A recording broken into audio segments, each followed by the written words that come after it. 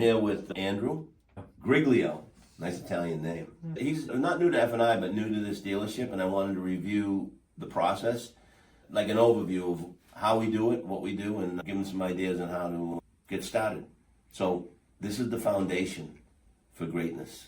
Okay, so we've had communications over the phone. You've reviewed the playbook that we sent you, and I just wanted to recap the process. It all starts with an introduction where you gather and verify information from the customer, regardless of where the deal was manufactured. It might have been manufactured on the internet, maybe through a phone call, or the customer's in the showroom. What you want to do is you want to make sure that you contact that customer or go out and meet and greet the customer and go over the details of the deal, verify all the numbers, verify the car, and then kind of ask them some questions about their driving habits. And it's not an interrogation, trying to make it conversational. And the best way to make it conversational is to start off by talking about if you have any pets riding along, how many miles they drive. You know, Toyota offers oil changes every 7,000 miles. They'll give you an oil change for the next 2 years or whatever it is, how many miles you drive so we can set that up. And that's how you determine how many miles the customer drives without basically going how many miles you drive. And a lot of finance managers will look at the previous vehicle to determine how many miles the customer drive, and sometimes that's an assumption, and assumptions can go backwards. So I think it's really important that you determine their driving habits. Not so much just how many miles they put on it, how long they plan on keeping it. Typically, a Toyota, Honda import buyer usually keeps a car 4 or 5 years. And then kind of get a sense of the type of buyer you have by asking questions like, what's your insurance deductible? Because that insurance deductible says a lot about the customer. When they say they have a $200 deductible, they're not likely to take a risk. Okay, because they would rather pay a higher premium than have to pay a higher deductible if something were to happen, versus someone who says, I got a $1,000 deductible. That person is probably willing to take more of a risk than the other person because they want to pay a lower premium knowing the likelihood of them having an accident is unlikely, right? But it still happens. So anyways, these are the reasons why we ask these questions. The other thing is, by forming a connection with the customer and asking them real nice questions, making it conversational, you're actually easing them into the process that they don't want to go into. Because you know, as a sales consultant, when you say, next step is I need to introduce you to the financial services manager or the F&I guy or whatever you say, they're like, do I have to see that person? You know, I just want to get out of here and enjoy my car. Right. So if you go out there and meet and greet them, in the first step in meet and greeting the customer, if it's a sale, to solidify that sale, the best way to solidify a sale is just congratulate the customer first. We talk to sales consultants all the time all over this country and say, stop saying, I'm Gerry Gould, welcome to my dealership. Start saying, welcome to my dealership, I'm Gerry Gould. There's a big difference in those statements. So when you go out to a customer and say, hi, I'm Andrew, the financial services manager, oh boy, here we go. But when you go out and say, hey, congratulations on the purchase of your new car, that's a great choice. I'm Andrew. I'm the financial services manager who's going to take care of all the paperwork and review your payment options, answer any questions that may have. May I join you, or just bring them into your office? Now, there are some finance managers that are uncomfortable doing that introduction in the office while they're fiddling around with paperwork and stuff. But keep this in mind as well. If the customer is in the dealership and it's a slower day, then doing it on the showroom floor is appropriate. But if it's a busy day, I highly recommend you get them into the office. Okay. Because if you sit out there on the showroom floor, they're going to get even more apprehensive and more impatient. We talked about it earlier. We know that people have no attention span these days. All right, so the interview's done. I gathered information, verified all the information, came back to my office. Maybe the customer was sitting in front of me in my office. I asked them questions as I was entering things into the computer, my dealer management system. I'm all set. I'm ready to go to my menu. I print all my non-essential paperwork, all right? And as I recommended before, we utilize the Darwin menu here. And I recommended printing out that recap sheet. Instead of going over the small print on the menu, show them the recap sheet and say, folks, before I print the final paperwork, I'd like to review the figures with you one more time. And then underneath that is going to be your menu, the paper menu. And then I would recommend that you have your tablet, as I've done in other videos, with the menu just sitting there. Right. Okay? And then these are the figures you agreed to. Any questions? No? All right. That may not be the best option for you. There's other options available to you. My job now is to review them with you. May I? So the customer gives you an opportunity to go through the menu. So now you take that piece of paper, move it aside, pull out the menu sitting underneath that. Before you go into the menu, I highly recommend you say to the customer, these options enhance your ownership experience.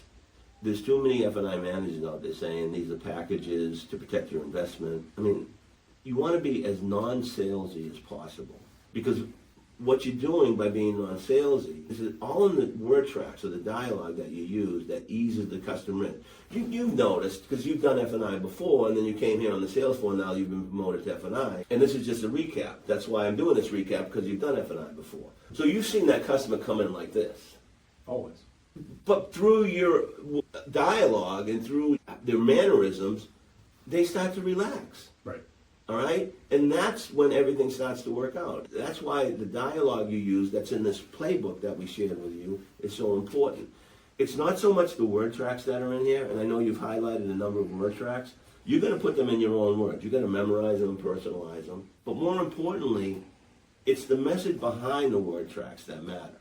It's not so much the word track itself. And that's why I said to you, when I gave this to you a couple of weeks ago, I said, take a look at it. I'll be in the store to go over it with you, highlight some of those things, and let's discuss it, which we did.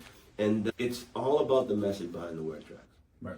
So now we're going to go into this presentation. And I often talk about a telling presentation rather than a selling presentation. And what I mean by that is all you want to do is present features. And you don't want to put too much emphasis on any one product. It's really important that you don't do that, because if you put emphasis on one product, then the customer's subconscious mind, those other products don't matter. When actually they do. I mean, just think about this for a minute. We should have a certain mindset, knowing that customers don't feel a need for these options, but we know they want them. It's just a matter of not seeing enough value to pay for them. Right. Because if you were to give these products to everybody, they say, oh yeah, I'll take them. Of course. Right, but the fact that I got to pay $2,800, $3,000 for a service contract, that's ridiculous. And if you put too much emphasis on that service contract, and a lot of finance managers do this, because I get it, it's the highest profit, all right? That's what the staple in F&I is, a service contract. But take a look at it. As a sales consultant, everybody has a warranty with the vehicles they buy, a new car vehicle. And oftentimes with a used car vehicle, where it's 30 days, unless they buy it as is. What is the most important? I have a 3-year, 36,000-mile warranty on this vehicle. I have a 5-year, 60,000-mile warranty. I have 100,000 miles of powertrain. I have 60,000 miles of powertrain. Why would I want a warranty or a service contract, right? But I certainly could use that tire and wheel, because the factory doesn't cover tires and wheels for damage. The factory doesn't cover lost keys. The factory doesn't cover dings and dents. That's why I say don't put too much emphasis on that service contract. You'll sell a service contract if you ease into it. So the telling presentation is nothing more than it pays for this and it pays for that. And people have heard me, a vehicle service contract pays for all mechanical electrical breakdowns for a certain period of time and miles. There's deductibles, there's roadside assistance, and there's trip interruption. Small deductible. Tire and wheel pays for damage to tires and wheels when damaged by a road hazard. That's all you have to say. People can relate to that. And that's during your presentation. You get to the key replacement just pays for damage to your keys, inoperative keys, when they don't work anymore, if they get lost or stolen. You'll get new ones. It will pay to have that done. The only thing that protects the vehicle is the fabric and paint, which you offer here. Paint and fabric, once applied, will protect the vehicle against the elements, acid rain, bird dropping, tree sap. Removal paid for a technician. It's always about pays for. And like people are saying at the end of your presentation, man, I won't have to pay for anything. That's the message you're trying to send them. Right. So you go through this worry-free column, which includes all the options as I explained, individually. And then at the end of that column, you look at the customer and say, any questions about what I just shared with you? The likelihood of them saying yes is probably unlikely, but there is a percentage that will have a question. Answer their question, and you're more than likely to sell the product that they had the question on. Now, if they don't have a question, just move over to the practical option. And explain the worry-free option as all the options that are available to you.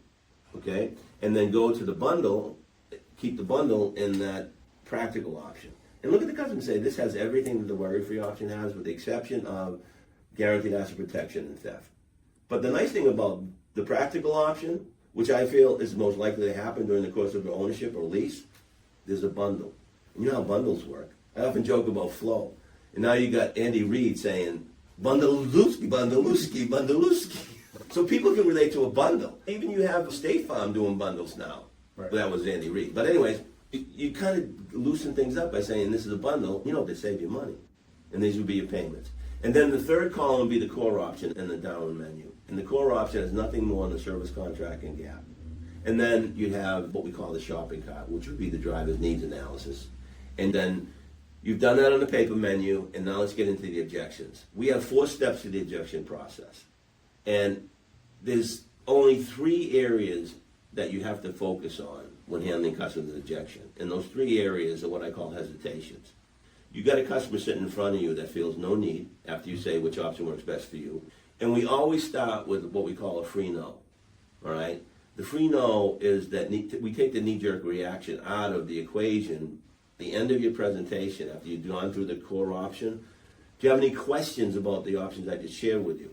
And the customer, again, if they have a question, you're more than likely to sell a product. If they don't have a question, then you say, okay, great, which option works best for you? And that elicits thought now, because you've thrown that free no out there. No, I don't have any questions. Okay, which option works best for you? Now they have to think. Right. The first, do you have any questions, is that knee-jerk reaction. No, I don't have any questions. No, I don't want any of that. Okay? And even if they say, I don't want any of that, no, seriously, which option works best for you? Okay? I know that sounds kind of cocky, but these options, I don't care what anybody says, will benefit people one way or another. Either they use it, or they have peace of mind knowing they have it the whole time. End of story. So at the end of your presentation, which option works best for you, the customer says, I'm really not interested. We have a 4-step objection process. And it handles the 3 hesitations. The customer feels no need, they feel they don't have the money, or they don't feel a need right now, right? And I'll share with you the 4-step objection process, then I'll quickly go through this playbook with you. Acknowledge the objection. I get it, okay? These options aren't for everybody. First step. Second step, side and ask them to proceed. I found that most customers choose not to enroll in the programs because they don't see enough value. Isn't that how you feel? Yeah, that's how I feel. Great. Third, create and satisfy a need. If money weren't a concern, which 2 options would you select? And the customer says, oh, I'll select maybe the gap in the service contract. Or I'm really not interested in any of that. Then you have to go into rebuttals. I hate to say rebuttals, but let's call it addressing customers' concerns, and that's where this comes in. Hi, I get it. These options aren't for everybody. What I found, customers choose not to enroll in the programs because they don't see enough value. Isn't that really how you feel? Yeah, I guess so. All right, so if money were an issue with you, which 2 options would you select? I might select the vehicle service contract and gap, and then just show them what it is.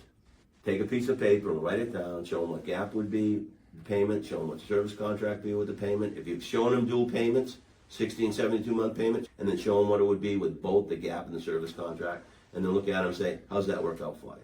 And the likelihood of you selling them something at that point is probably 50%. Right. Seriously. If they still say no, then we get into this. All right? You could develop a digital evidence manual where you take the PDF forms that I sent you, that I gave you. If you don't have them, I'll make sure you get them. And they're all in Prod Prep, which you're a member of now. Correct. So you can peel them right off and then make sure you go on a colored copier, print them off, and then you don't have to laminate them, but you can take those PDF forms and put them in a digital camera, you know, the picture frame. And that picture frame is just sitting on your desk, and it's always moving those illustrations. And when the customer has a question about anything, you could pull that digital picture frame over and show them. These are the reasons why. That's why I have that on my desk. Technology, semiconductors, modules, right? Wiring harnesses, key fobs, all right? All those illustrations. And remember, 65% of the customers that are sitting in front of you are visual learners. So they have to see it. If you don't use illustrations and make the shopper your friend, you're not going to have the same result. So what you're going to find, if you just start flipping the pages, this is an example of the things that you would put in that digital picture frame. And then if you move on, the next one is props. These are props. You could use someone's smartwatch as a prop and say, do you have Apple Care on that, or Smart Auto Care? And most customers say yes. The cell phone that they placed on your desk is a common item. You always can tell they have a screen protector because it's always cracked or it's peeling. Right. You know, it's not, never on right. It's never on right. So the customer's sitting there and you go, I see you have a screen protector on your cell phone, and you got a nice little case there, and you probably have insurance, right? And the customer, yeah. You'd protect that $1,600 cell phone, but you won't protect this $65,000 vehicle? Does that make any sense? So props are really good. You notice a light bulb there? It's not because we have a really good idea. That's what you're thinking, right? The light bulb's there because when the customer says, my friend's a mechanic, you pull out a light bulb and say, mechanics can't fix this, can they? Technicians can. You know what? Mechanics repair things, technicians do what? replace things. And you have to replace your light bulb. Bingo! This is how you get to someone. These options are going to benefit someone. All they got to do is see the benefit. Right now, I just bought a brand new car. Why do I need a warranty or a service contract? You don't right now. But the best time to do it is right now while the iron's hot. And through your willingness and ability to not form a rapport with the customer, because rapport is good in F&I, but it's not the most important component. What's most important in F&I is credibility. And through your ability to gain credibility and integrity with your customer, they're going to listen to you with intensity, right? So you have a thermos there, a picture of a thermos. Take the thermos, beat it up in your desk, put it on your desk. The thermos is all beat up. Yeah, it's in my office. Can you imagine your poor car out in the elements? Those are things that change customers' mind. A key fob, the wear card from the manufacturer, these are all props that you should be using. And I don't want you to make your office look like Sanford and Sons. And by the way, you're setting up your office, then set up, you're getting everything ready. I get it, all right? So go to the next page. Next page. What you'll find on the next page is the first thing, which I think is the best close out there. I developed this close because for years I've been saying to customers, it's only a couple dollars a month. It's only a pack of cigarettes. It's only a pack of gum. It's only a Starbucks coffee, right? This calculator close brings it to reality. It talks about budget, money in the bank, and it talks about daily spending. And the customer used the customer's cell phone or a calculator to figure it all out. And now the customer's involved. And next thing you know, they're looking at 300 divided by 30. That's $10 a day. The cost of the service contract's $30. That's only $3 a day. Is $3 a day going to change your lifestyle? And the customer goes, no. And you say, doesn't it make sense to roll in the program now for only $3 more a month?